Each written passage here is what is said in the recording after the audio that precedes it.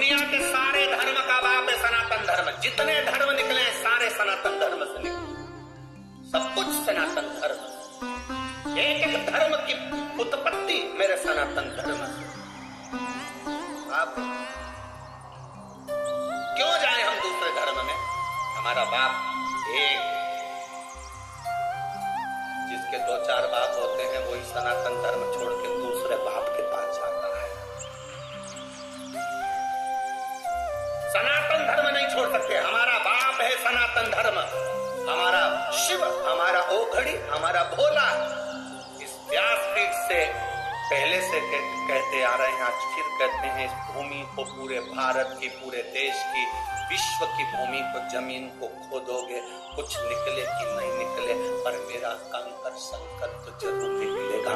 जहां खोदो वहां निकले, जहां तुम्हारी मर्जी पड़ जाए वहां खोद लो, मेरा शंकर, मेरा शिव ओघड़ी, सिवाय कुछ नहीं। मोदी से व्यापारी ने कहा, तू अपने दोस्त के लिए इतना नहीं कर सकता, तेरे पिता की सौगंध है। पिता की सौगंध लगी तो उसने फिर शर्त मान ली। नाव की शर्त का दिन आ गया, नाव तैयार हुई थी। मोदी ने नाव तैयार करी, उस व्यापारी ने नाव तैयार करी, नाव चली। उस दिन ऐसी नाव चली कि आंधी तूफान आ गया और तिमोदी की नाव डूब रही। तिमोदी की नाव डूबी, उसकी नाव आगे निकल गई, व्यापारी जीत गए।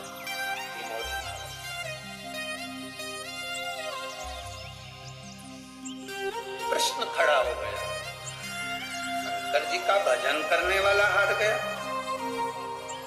आपको जब दुख आएगा ना तो लोग सबसे पहला यही बात बोलेंगे, तू तो इतनी कथा सुनने वाली, तो तेरे को दुख आ गया।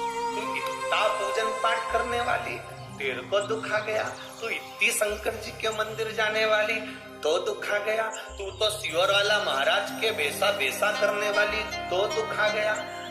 तिमोदी भी शंकर की आराधना करता था, नाव डूब गई तिमोदी की। जान, कोई तुमसे कहे तू इतना भजन करने वाली और तुझे दुख आ गया, तो उससे कहना, ये दुख याद रखना मेरा अपना है। आज का भजन, अभी मैं भजन कर रही हूँ, इसका तो पुण्य मुझे बाद में मिलेगा। जो मैं पूर्व में कर आई हूँ वो तो मुझे आज ही भोगना पड़ेगा। पूजन कर भी दुख मिल रहा है, कष्ट मिल रहा है, तकलीफ मिल रही है, तो समझ लेना, टेंशन मत लेना, यह पूर्व का कष्ट आज भोग रहे हैं, पर आएगा समय अच्छा सुख का अनुभव भी।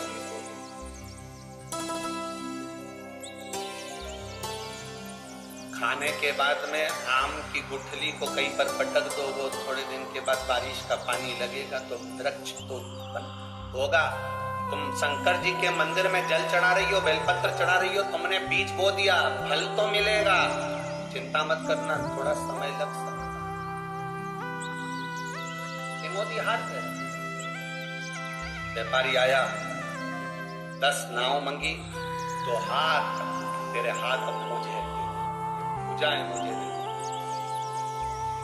हार गए तुम। हाथ से तो नाव चलाता है, ईर्षा थी ना अंदर, तो ईर्षा बर्बाद का कारण बन, ईर्षा ही तो है अंदर। कई लोग हैं जिनके अंदर ईर्षा झलकती रहती 24 घंटे। कैसे? बस 24 घंटे उनके पास ईर्षा झलकती रहेगी, इसके तो ऐसा हो जाएगा, इसका तो एक दिन ऐसा हो जाएगा, ये ज्यादा उछल रहा है, इसके साथ में ऐसा हो जाएगा। 24 घंटे अंदर से ईर्षा झलक रही है, तो वो बार बार बद्दुआ के रूप में निकल, वो भी तो कुछ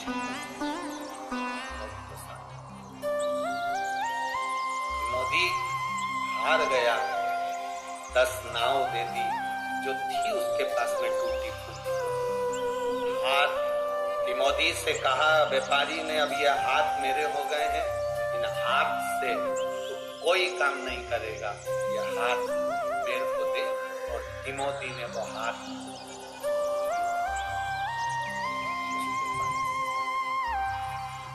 अभी तक तो शंकर का शिवलिंग का निर्माण करता था, घर था नहीं, अकेला था तिमोथी, भोजन अब कौन दे? खाए तो खाए किससे, हाथ तो चले गए। तो रोटी के भी लाले हो गए, क्योंकि हाथ से रोटी।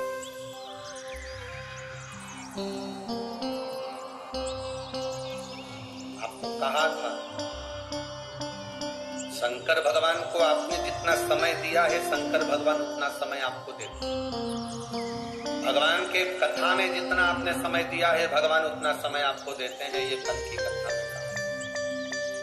तिमोथी ने जिन हाथ से पार्थिव शिवलिंग का निर्माण करा था, पूजन करी थी, तिमोथी ने जिन हाथ से भगवान का पूजन, तिमोथी ने जिन हाथों से भगवान का पूजन करा, वो हाथ तो उसके चले गए। अब रोटी कौन दे? व्यापारी हंसता हुआ बोला, जिन हाथों पर तेरा बल था, वो हाथ अब मेरे हो गए। तिमोथी, अब क्या तेरा शंकर आएगा मुझको रोटी खिलाने? हमारे वाले विपदा की जब घड़ी आती है, सब साथ छोड़ देते। आपको कहा था शादी होती है ना घर में, तो दूल्हे के सब आगे चलते हैं, जब कोई मरता है तो मुर्दे के सब पीछे चलते हैं। सुख में सब आगे हैं, दुख में सब पीछे।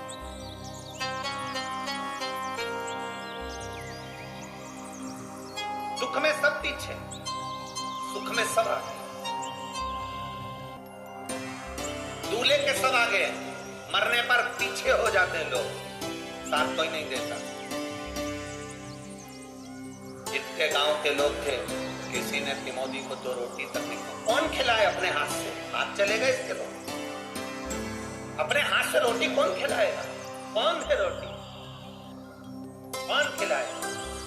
कहा, आएगा तेरा शंकर, आएगा तेरा उगड़दानी, आएगा तेरा शिव भोजन देने। तिमोथी की आंख से आंसू बह रहे।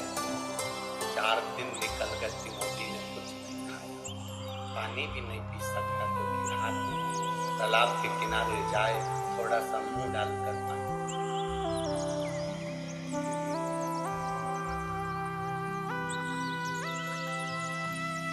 पार्वती जी ने भोलेनाथ जी के लिए भोजन बनाया। शिव जी भोजन करने के लिए भोजन का स्पर्श मेरे महादेव जी ने करा। स्पर्श कर कर मेरे भोलेनाथ स्पर्श अपने मस्तक पर से बेलपत्र को उठाकर बेलपत्र से लगाकर जल का सिंचन कर कर महादेव ने उस भोजन के पात्र पर बेलपत्र को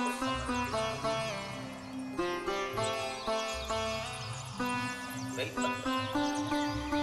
आज भी हमारे विद्वज्जन, भूदेव, ब्राह्मण जब भगवान शंकर को भोग लगवाते हैं, तो एक बेलपत्र भोजन में डाल देते हैं, प्रसाद में डाल देते हैं। उसका कारण क्या? मेरे महादेव ने भी भोजन के पात्र में बेलपत्र को उठाकर जल सिंचन कर कर उस भोजन में डाल दिया। जगतजननी जगदम्बा पार्वती जी ने पूछा महादेव जी से, प्रभु आज भोजन की थाली में आप बेलपत्र क्यों डाले हो? शंकर भगवान कहते हैं, एक बेलपत्र में 33 कोटि देवी देवता विराजमान है पार्वती। ये 33 कोटि देवी देवता का जो भजन करने वाले हैं, कोई राम भजेगा, कोई कृष्ण भजेगा, कोई देवी भजेगा, कोई दत्त भजेगा, कोई शनि महाराज को पूछेगा, कोई राम जी को पूछेगा, कोई गुरु महाराज को पूछेगा, कोई पृथ्वी को पूछेगा, कोई अग्नि को पूछेगा, कोई आकाश को पूछेगा। 33 कोटि देवी देवता इस बेलपत्री में है।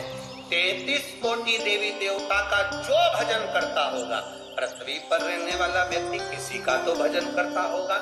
अगर वो पृथ्वी पर रह रहा है, भजन किसी भी देवता का कर रहा है, अगर वो भूखा है, एक बेलपत्री मैंने भोजन में रख दी है, मतलब सब जीवों का मैंने पेट भर दिया है। एक बेलपत्र समर्पित कर देने पर वो किसी का भी भजन कर रहा हो, राम का करे, कृष्ण का करे, शिव का करे, देवी का करे, भवानी का करे, दत्त का करे, वो जिसका कर रहा होगा, उसका भक्त अगर भूखा होगा पृथ्वी के मनुष्य, जलचर, थलचर, वायुचर, पक्षी पृथ्वी पर रहता है, कीड़ा पृथ्वी पर रहता है, पशु पृथ्वी पर रहता है, मनुष्य पृथ्वी पर रहता है। आप लोग वैकुंठ में नहीं रह रहे हो, आप लोग ब्रह्मलोक में नहीं रह रहे हो। पक्षी वैकुंठ में नहीं है, कीड़ा ब्रह्मलोक में नहीं है, पृथ्वी पर है। तो ये घर जिसका है, पेट भरने की जवाबदारी भी उसकी है।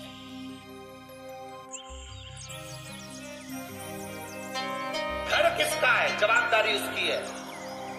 पृथ्वी किसकी है, देवाधिदेव महादेव की। आप पृथ्वी पर रह रहे हो तो पेट भरने की जवाबदारी उसकी है। अपने बाप से कहो ना, अपने पिता से, देवाधिदेव महादेव से, क्योंकि पेट भरने का जवाबदारी तुम्हारी है। उसका नाम विश्वनाथ है।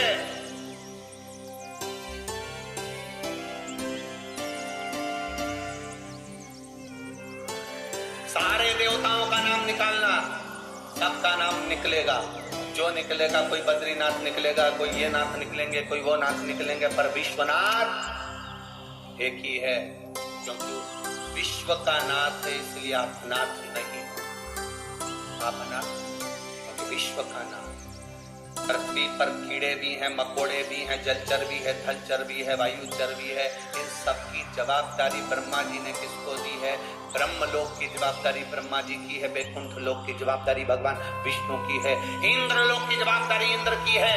सारे देवताओं की अपनी अपनी जवाबदारी है। पर पृथ्वी पर अगर कोई भूखा सोता है तो उसकी जवाबदारी देवाधिदेव महादेव की है। कैसे भूखा सो जाए?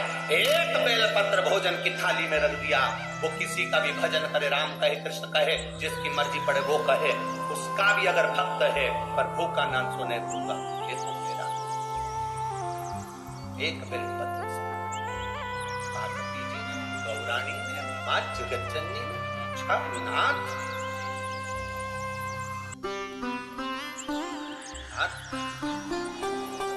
क्या बात है? कोई बात है?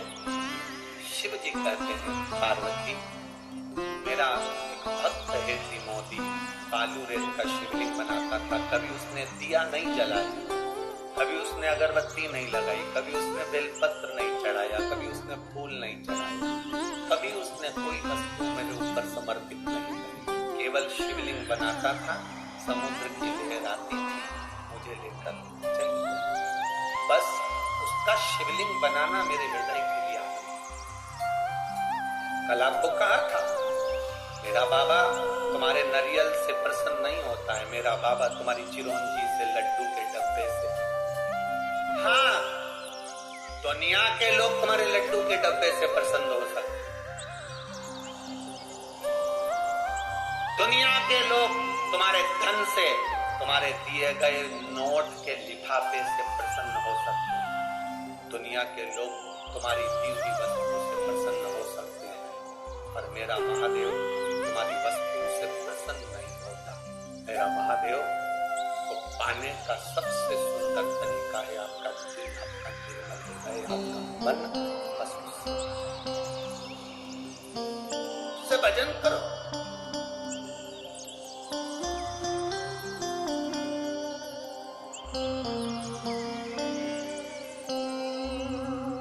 मंदिर जाना जरूरी है। मंदिर में ये शरीर लेकर पहुंच जाओ और मन ना जाए तो फिर मंदिर जाना बेकार। कथा में गए हो, शरीर पहुंच गया और मन ना पहुंचा तो कथा में जाना बेकार।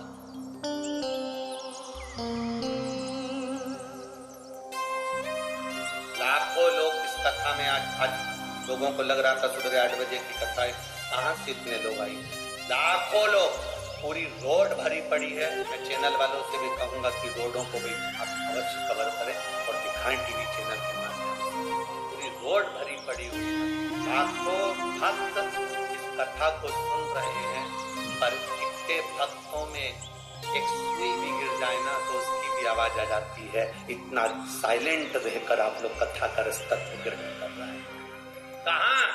जहां पर 10 लोग एक सब्जी मार्केट में खड़े हैं तो आवाज आ रही है, एक स्कूल में 10 बच्चे बैठे हैं तो आवाज आ रही है, एक जगह पर 50 लोग इकट्ठे हो जाएं तो आवाज आती है। यहाँ लाखों एक साथ बैठे हुए हो और साइलेंट, एकदम साइलेंट, क्योंकि कथा तुम शरीर लेकर आए हो ना, शरीर के साथ तुम दिल महादेव को देने के लिए आए हो, इसलिए कथा का रास्ता निकाला।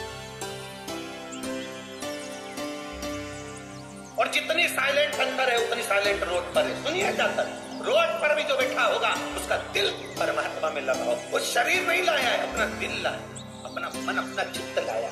मंदिर में जाओ शरीर लेकर नहीं, ये दिल लेकर जाना। भले तुम्हारे पास कुछ भी नहीं, कुछ नहीं, मेरे पास फूल भी नहीं, मेरे पास जल भी नहीं, पर दिल लाया हो बाबा। क्योंकि जब मैं पैदा हुआ था ना मेरे पास में फूल था ना मेरे पास में जल था। जब मैं पैदा हुआ था तूने दोनों आंख बंद कर कान बंद करे, हाथ मुट्ठी का मन, छोटा सा शरीर, मुड़ी मुड़ी करा हुआ, तूने मुझे पैदा करा था। कुछ देकर नहीं भेजा था, केवल मेरा दिल देकर भेजा था, वही तुझे समर्पित है। क्या वो एक गीत की लाइन तुम्हारे सामने होना चाहिए, और क्या दूं मैं तुझे दिल के सिवा, तुझको हमारी उम्र लग जाए। हम क्या दे सकते हैं अपने महादेव को, हम क्या प्रदान कर सकते हैं?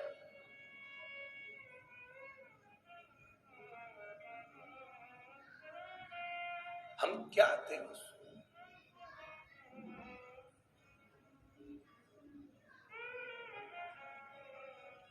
वो कहे